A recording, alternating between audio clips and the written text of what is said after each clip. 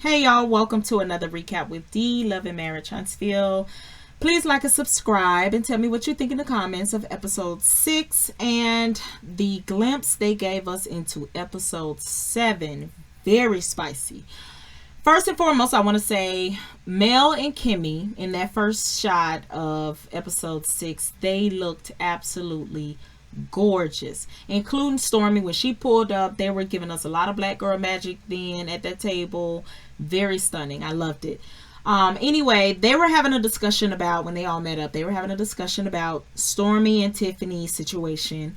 I was happy to see how this wasn't a typical reality TV show moment where two women met up having some form of a disagreement, and they meet up, they have a discussion, they come to an understanding, an agreement or disagreement, and then one of the ladies or both go back and talk down on the conversation they had. I'm glad Stormy took a different approach. She said it ended well, and it did, but Stormy, to me, she was still being messy. And I feel that it ended well because Tiffany was either ignorant to it or just really trying to start out on a clean slate, which is good. Because I already said in the last video how I would have handled that situation. But Stormy was being messy. But I'm glad it ended well, like she said. The other issue they discussed was Destiny and Melody. That situation, I'm really kind of over that situation. Obviously, Destiny is more loyal to Martel. Obviously, that would be an issue in any situation, but that is her friend. That's her friend. Like I said before about them too, I'm going to get into the Destiny and Martel in a minute, but that situation with Mel and Destiny, I don't think it's ever really been genuine from the jump anyway. But that's neither here nor there. Moving on. Kimmy said that at that discussion, she said she has never seen KEKE, Tiesha's cousin, at any of Mel's events. She mentioned that, which is very telling. That is very telling. So I really don't understand how they could be friends. And KEKE mentioned that in this episode too, but we're going to get to that. Also, during this discussion, Kimmy's take on, Martel. Kimmy is having a party or a get-together, and she's trying to invite Mel. And she has this take on Martel now where she wants to keep her distance from him because he comes with so much drama. And I feel that. But I think that light bulb should have come on a lot sooner the way Martel did Mel. I would have never spoken to him again. If this was real life and this was a situation with me amongst my friends, I probably would have never spoken to him again. And I'm not saying I'll stop being friends with somebody because they cheated on, whoever they're with. I know quite a lot of folks that's getting cheated on right now. And I'm still cool with the cheater because I have nothing to do with that. That's on their significant other or spouse to figure it out. But the way that Martel handled Mel throughout this show, the way he made her look bad, the way he talked about her so bad, the way he embarrassed her and put her on the spot so much, that kind of stuff I can't deal with. Do what you do. Do what you do. I just can't. That kind of stuff, I can't be around that. Like I say, do what you do. If you gonna cheat with class. But I digress. Kimmy should have figured that out a lot sooner. So she decided she wants to invite Mel to her party. And keep a distance away from Martel. However, if Mel declined, then she would extend the invite to Martel, which is messy. Just keep him away if you want to keep him away, which I think she should keep him away. Martel just comes with a lot of bad energy. Anyway, Destiny and Martel's friendship, that is still weird to me. I said it before, I say it again. I still feel like they had something going on back then, when when they first started out as friends. But that's just how I feel. That's just my opinion. They probably will never tell either. They probably won't, Martel, he says, Destiny came to Martel's place. They were talking about this issue that with Destiny and Mel, and he said that him and Mel are divorced, and Mel needs to move on with her life and stop trying to ruin his. That's something I wanted to speak on. No, I think that Martel ruined his own life. I think he did it to himself. He decided to cheat first, whether or not Mel cheated, did whatever with who while she was still married. He cheated first, and to me, that's really all that counts. So I think that life is spiraling out of control for him, and things are just not really working out. But honestly, he did that to himself, and he needs to really just focus more on his wine and his books. Okay. On another note, Miss Wanda. I'm starting to like Miss Wanda, but she's so damn aggravating. Anyway, she is really serious about this food truck, because she is looking for Marceau with her coins. And as I've stated before, because I like to support people, I support this idea, and if and when they make it happen, I will most definitely visit Alabama and go check it out. I will. Speaking of Miss Wanda, she swear up and down everybody is jealous or envious of Teesha. Don't nobody want to be Teesha. Don't nobody want Teesha, her man, her marriage, her smoke for brains. Miss Wanda gotta stop that. But she's right about Kiki when she said she's a snake. I do believe that she's a snake. Whether or not Kiki issue with Teesha is validated or not, when you have an issue with somebody, how you go about it will prove whether or not you're a snake. And I do believe, yes, Kiki is a snake.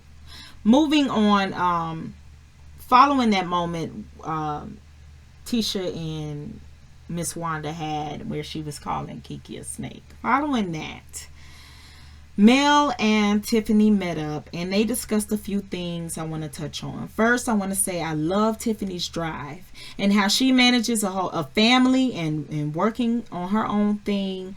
Mel as well, balancing so many different aspects of life is a lot to handle for a woman. Trust me, I know. But we do it every day, and whenever I see it, I give praise to it. Moving on, Mel and Tiffany talked about children, and Tiffany, whether or not she wants more children, and she seems like she does want more kids. Her and Lewis, I guess, are having discussions about it, ongoing discussions about it, and their take on it, I totally, if I was in Tiffany's shoes, I wouldn't have no more kids. I just wouldn't do it. I understand, being in the household with your significant other, and you both are the mother and father. There's no breaks from the kids, unless they gonna hang out with their grandmother or grandfather. There's no breaks from the kids. You can't really just send them away to the other father or the other mother. So I really do feel that back and forth on whether or not you should have more kids. When you do get to that point where the kids are more sustainable, they can just do on their own, self-reliant, I can't wait for that point in my life. I can't wait for that. When I do get to that point, I'm not turning back. No, I'm not even gonna have a discussion about it. We don't need to have no more kids. No. Anyway, I digress. Anyway, but I feel where Tiffany was coming from with the peace and the quiet. When the house is quiet, being able to send their children away, you know, to the other parents, having that peace and quiet. I felt that down in my soul. I did. Back to Tiffany and Lewis. Hearing this story about Tiffany having her last child, her last son, David, how that went.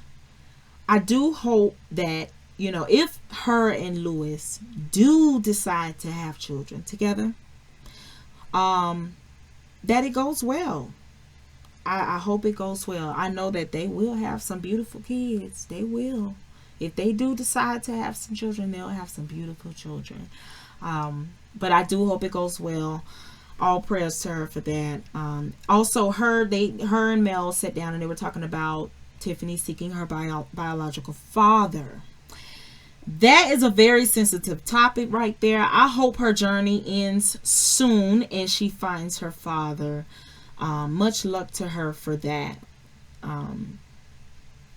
I think that Mel being the person going on the trip to Utah with Tiffany to help her find her biological father is not the greatest idea.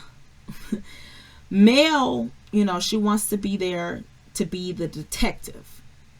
She should be there just for moral support, which she would be, but she wants to be there as a detective. And me, I don't think that's a good idea because she wasn't so good at detecting her husband. Well, I'm going to set that one down and move on. Miss Wanda and Kiki, they met up, and I was waiting to see this and how it would turn out. Of course, Miss Wanda was going to confront Kiki, you know, talking about or having an issue with Teesha. Of course, Miss Wanda comes out swinging and with the terrible vocabulary. Kiki mentioned something about Wanda having to be, she should be the last person to call anybody messy. That is very true. Miss Wanda is a very, very messy individual. And I said on one of my other videos, not about this show, but I said on another one of my videos about how the camera can't hide certain things. It can't. It just can't. It don't matter what's scripted or not. The camera can't hide when a person is truly ignorant or not so bright, I should say.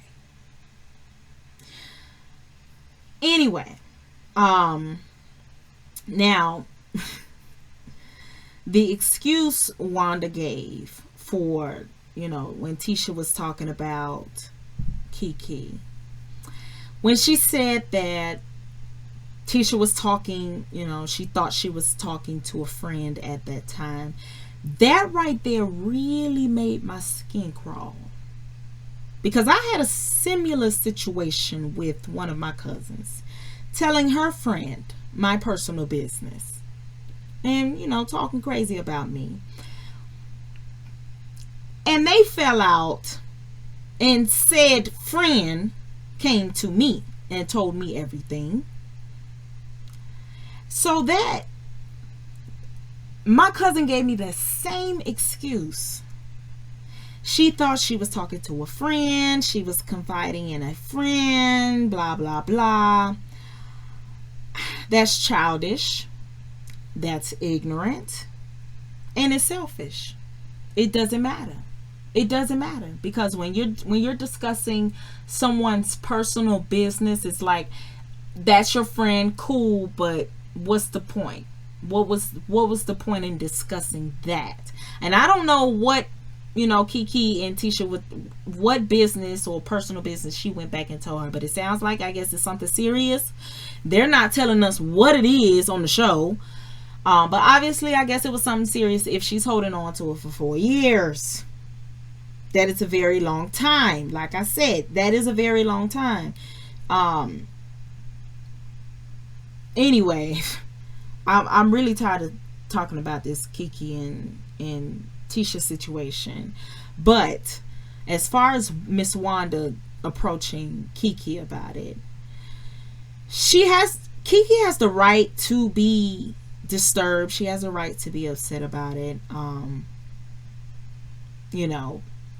But for me, because I went through that same exact situation, me personally, I'm not about to go back and say such and such about my family member. I'm not about to do that to the outside source.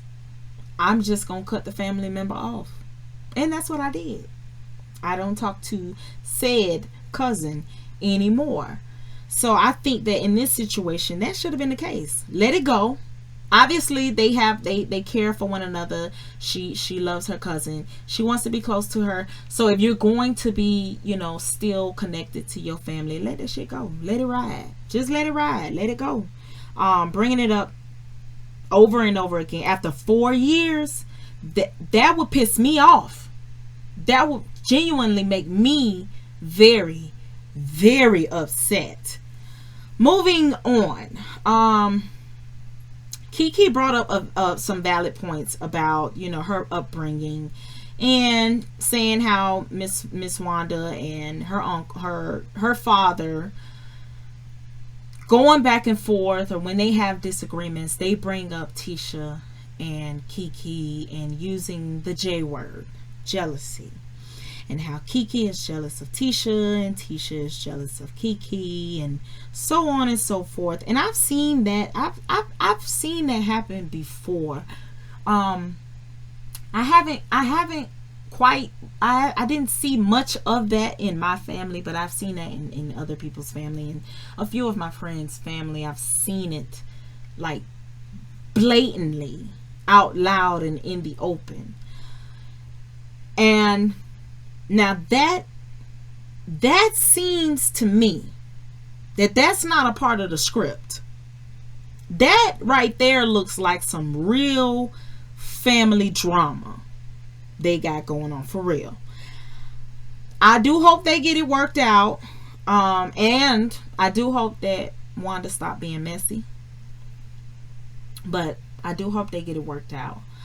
On a romantic note, Tiffany surprised Louis with a wedding anniversary, or almost anniversary. It was beautiful. I love saxophones. He walked in the door, the saxophone was playing. The dude was playing the saxophone. That's my kryptonite. Me, I love saxophones, so I like that. Now Tiffany, she turned it into something else. She completely just flipped the script before they can even start eating. And she was asking Louis about Mel going on this trip with her to Utah to come, help her help her figure out who her biological father is. She violated the G code, honestly. You're supposed to lay the man down first. Make sure he don't have enough energy to say no to your request. They didn't, like I said, they didn't even eat first. She could have at least waited till they had dinner. But she dropped the ball before anything. But I get her logic, She wants someone on the trip, someone there to help her find her biological father, who will be assertive and ask questions that need to be asked, or questions that she won't ask. And that's understandable. Like I said, Mel is not the best detective, but she is definitely assertive. She does have an assertive spirit. You can tell that about her, whether or not she's on the show or not. You can tell that Mel is very assertive. And one thing about assertive people, they will ask the right questions. So I get where she's coming from, but I really did not like how she went about that. I would have liked to see, them at least have dinner first. But I did like the setup. So I'm giving Tiffany her props for that. I loved it.